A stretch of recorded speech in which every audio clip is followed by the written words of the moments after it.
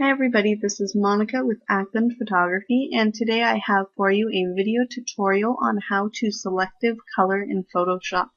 Now this isn't something that I do very often, but I've had some people ask about how it's done, so I thought I'd put together this video just to show you how easy and quick it is. Now the first thing that I've done in Photoshop is to create a layer by pressing Ctrl-J on my keyboard. And while I do this on every photo that I open in Photoshop, it's really important that you remember to do it on an application like this, and I'll show you why in just a second.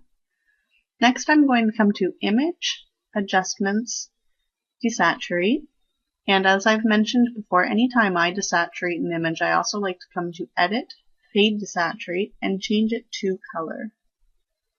Okay. Now as you can see, my photo here in the background is still color, and it's only this layer that's been desaturated. So I'm going to create a mask, and because my mask there is white, when I select my paintbrush I have to make sure that my color here is black in the foreground.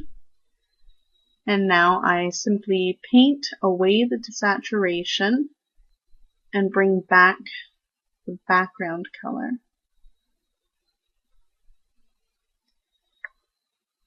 And then just to do a nice neat job of it, I like to zoom in closer and use a smaller brush to get the edges. There we go.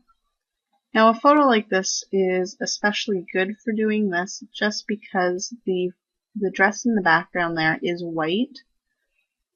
So if you go a little bit over on your coloring here, it's not as noticeable. Whereas if you're over here on skin tones, or if you had a different color background, it would be much more noticeable if you went too far. We're just going to do a quick job of it here.